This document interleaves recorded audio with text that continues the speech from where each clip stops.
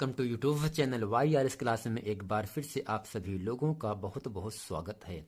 दोस्तों हम पढ़ रहे हैं कक्षा 10 विषय हिंदी में दोस्तों जो आपका सेट नंबर पहला 2020 801 MA कोड का है। इसमें दोस्तों मैंने आप लोगों को प्रश्न नंबर 1 प्रश्न नंबर 2 अच्छे तरीके से पढ़ लिया था। आज इस वीडियो में हम पढ़ेंगे प्रश्न नंबर 3।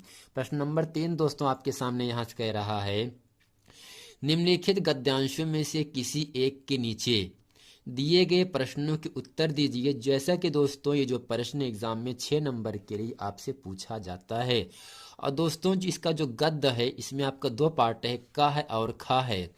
इन दोनों में से आपको केवल एक ही करना है और आपको 6 नंबर की प्राप्ति होगी।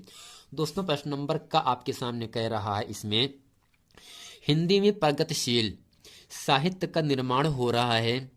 उसके निर्माता या समझ रहे हैं कि उनके साहित्य में भविष्य का गौरव निहित है, पर कुछ समय के बाद उनका यह साहित्य भी अतीत का स्मारक हो जाएगा और आज को तरुण है वही वृद्ध होकर अतीत के गौरव का स्वप्न देखेंगे।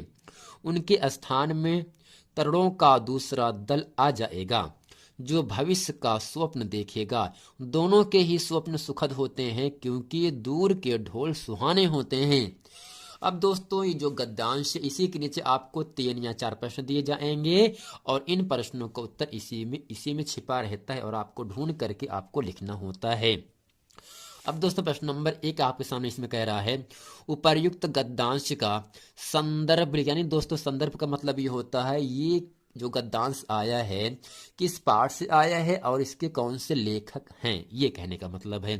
प्रश्न नंबर 2 है, रेखांकित अंशों की व्याख्या करना, यानी जो गद्यांश है इसके जो लाइन खींचा गया है इसका हमें व्याख्या करना है। व्याख्या का मतलब इसको हमें अपने शब्दों में लिखने देना है। 3 है, दूर के ढोल सुहाने होते हैं का क्या आशय है। दोस्तों आइए चलते हैं इस वीडियो में प्रश्न नंबर 3 का जो आपका का प्रश्न है इसको अच्छे तरीके से हम पढ़ते हैं और समझते हैं। जैसा कि दोस्तों गद्यांश आपके सामने है, हिंदी में प्रगति से लेकर कहां तक है, ढोल सुहाने होते हैं। दोस्तों ये जो प्रश्न है 2010, 11, 14, 16, 18 और 2020 में भी आया है, इसलिए एग्जाम के दृष्टि से बहुत ही महत्वपूर्ण प्रश्न है। अब दोस्तों प्रश्न नंबर अर्थात पहला प्रश्न आपके सामने कह रहा था, प्रस्तुत गद्यांश के पाठ और लेखक का नाम लिखिए। दोस्तों आइए चलते हैं इसका उत्तर अच्छे तरीके से हम पढ़ते हैं और समझते हैं। दोस्तों इसका उत्तर आपके सामने यहाँ पे क्या हो जाएगा आपका, तो फ्रेंड्स सबसे पहले हेडिंग करेंगे काली पेन है संदर्भ, इसमें लिखेंगे प्रस्तुत गद्यांश हमारी पाठ्यपुस्तक हिंदी के गद्य खंड में संकलित श्री पद्मलाल पुन्नालाल बख्शी द्वारा लिखित क्या लिखूं शीर्षक ललित निबंध से उद्घृत है या लिया गया है। दोस्तों ये जो पाठ है ना, ये क्या लिखूं पाठ से जो गद्यांश आया है उसका नाम क्या है, क्या लिखूं पाठ से आया है और जिसके लेखक कौन है, श्री पद्मलाल पुन्नालाल बख्शी जी हैं। या इस संदर्भ को हम इस प्रकार से भी लिख सकते हैं, पाठ का नाम लिखेंगे क्या लिखूं और लेखक का नाम लिखेंगे, लेखक का नाम पद्मलाल पुन्नालाल बख्शी। दोस्तों ये था क्या, प्रस्तुत गद्यांश में जो आपका गद्य आया है इसके लेखक कौन है और ये किस पाठ से आया है। तो दोस्तों क्या लिखूं पाठ से आया है जिसके लेखक कौन है, श्री पद्मलाल पुन्नालाल बख्शी जी हैं। अब दोस्तों प्रश्न नंबर 2 है, रेखांकित अंशों की व्याख्या कीजिए, यानी दोस्तों जो रेखा किया गया है यहां से लेकर यहां तक इसका हमें व्याख्या लिखना है। क्या लिखना है, व्याख्या लिखना है। अब दोस्तों इसकी व्याख्या में हम क्या लिखे हैं, हेडिंग प्रथम रेखांकित अंश की व्याख्या। इसमें दोस्तों लिखेंगे और समझेंगे, विद्वान लेखक भी श्री बख्शी जी साहित्यिक सुधार की प्रक्रिया पर प्रकाश डालते हुए कहते हैं कि युवा साहित्यकार वर्तमान में भूत और भविष्य का समन्वय करते हुए यह सोचकर प्रगतिवादी साहित्य की रचना कर रहे हैं क्योंकि उनके साहित्य में भविष्य के गौरव का वर्णन किया गया है, अतः भविष्य में उसमें सुधार की आवश्यकता नहीं होगी, किंतु कुछ समय पश्चात ही उनके सोच की यह भव्य इमारत धराशायी हो जाएगी और आज की ये युवा लेखक भी एक दिन वृद्ध होकर, एक दिन बूढ़े होकर के अतीत का यानी जो वक्त बीत चुका है, यानी जो वक्त गुजर चुका है, अतीत का गुणगान करेंगे। गुणगान का मतलब दोस्तों होता है तारीफ करेंगे, यानी प्रशंसा करेंगे। अब दोस्तों इसके बाद जो लिखेंगे द्वितीय रेखांकित अंश की व्याख्या। इसमें क्या लिखेंगे दोस्तों, आप अच्छी तरीके से समझ लीजिएगा। इसमें लिखेंगे साहित्यिक सुधार की प्रक्रिया पर प्रकाश डालते हुए विद्वान लेखक श्री बख्शी जी कहते हैं कि आज के युवा लेखक भी एक दिन वृद्ध होकर अतीत का गुणगान करेंगे और उस समय के जो युवा साहित्यकार होंगे वे वर्तमान से असंतुष्ट होकर कोई और नया साहित्य रचना करने लगेंगे। वे भी भविष्य के लिए चिंतित होंगे। यह क्रम सनातन है। युवाओं से भविष्य दूर है। दोस्तों क्या है, युवाओं से भविष्य दूर है और वृद्धों से अतीत। युवाओं से भविष्य दूर है और वृद्धों से अतीत दूर है। इसीलिए दोनों को ये सुखद लगते हैं। यह मानव या इंसान स्वभाव है कि जो वस्तु उसकी पहुंच से दूर होती है वह उसे अच्छी लगती है। यानी दोस्तों जो वस्तुएं आपसे दूर रहती हैं वह आपको अच्छी लगती हैं और वह उसे पाने का प्रयत्न करता है, कोशिश करता रहता है।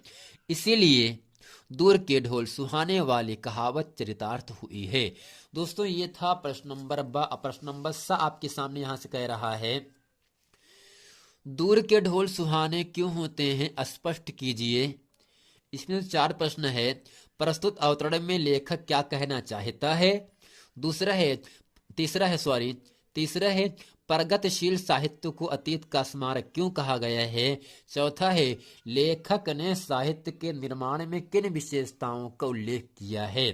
5वां है प्रगतिशील साहित्य निर्माता क्या समझकर साहित्य निर्माण कर रहे हैं। आइए दोस्तों चलते इस प्रश्न का उत्तर अच्छे तरीके से हम हल करते हैं। अब दोस्तों सा का उत्तर आपके सामने पहला आपके सामने यहां से है। पहले दोस्तों प्रश्न क्या था, दूर के ढोल सुहाने क्यों होते हैं, स्पष्ट कीजिए। इसमें क्या होगा, युवाओं से भविष्य दूर है और वृद्ध से अतीत, इसीलिए दोनों को यह ही सुखद लगते हैं। यह मानव स्वभाव है कि जो वस्तु उसकी पहुंच से दूर होती है वह उसे अच्छी लगती है और वह उसी को पाने का प्रयत्न करता भी है, कोशिश करता है। इसीलिए कहा जाता है कि दूर के ढोल सुहाने होते हैं। अब दोस्तों प्रश्न नंबर 2 है प्रस्तुत अवतरण में लेखक क्या कहना चाहता है। इसमें लिखेंगे प्रस्तुत अवतरण में लेखक का कहना है कि जो कुछ भी आज प्रासंगिक है कल वही अप्रासंगिक हो जाएगा और उसमें सुधार की अपेक्षा की जाने लगेगी। यह अप्रासंगिक और सुधार का क्रम जीवन के प्रत्येक क्षेत्र में और साहित्य में भी निरंतर चलता रहता है। अब दोस्तों प्रश्न नंबर 3 आपके सामने था प्रगतिशील साहित्य को अतीत का स्मारक क्यों कहा गया है। इसमें लिखेंगे प्रगतिशील साहित्य को अतीत का स्मारक इसलिए कहा गया है कि वह भी कुछ समय बाद अतीत यानी बीती हुई की वस्तु को हो जाता है। दोस्तों ये था प्रश्न नंबर 3। प्रश्न नंबर 4 आपके सामने कह रहा था लेखक ने साहित्य के निर्माण में किन विशेषताओं का उल्लेख किया है। अब दोस्तों इसमें लिखेंगे लेखक ने साहित्य के निर्माण में निम्नलिखित विशेषताओं का उल्लेख किया है। पहला आपके सामने है हिंदी भाषा के अंतर्गत प्रगतिशील साहित्य का निर्माण हो रहा है। दूसरा क्या होगा, साहित्य में भविष्य का गौरव निहित होता है। दोस्तों प्रश्न नंबर 5 आपके सामने था यहां से प्रगतिशील साहित्य निर्माता क्या समझकर साहित्य निर्माण कर रहे हैं। तो इसका उत्तर होगा प्रगतिशील साहित्य निर्माता या समझकर साहित्य निर्माण कर रहे हैं कि उनके साहित्य में भविष्य का गौरव निहित है। दोस्तों ये था हिंदी का जो आपका 6 नंबर का प्रश्न आता है गद्य साहित्य से। इसमें मैंने आप लोगों को अच्छे तरीके से समझा दिया और हम ये उम्मीद करते हैं ये पूरा प्रश्न अच्छे तरीके से आप समझ गए होंगे। मिलते हैं इसके बाद नेक्स्ट वीडियो में, तब तक के लिए दोस्तों थैंक यू। यदि आपने इसके पहले का वीडियो नहीं देखे तो नीचे लिंक दिया है, वहां जाकर आप इस वीडियो को देख सकते हैं और अच्छे तरीके से समझ सकते हैं।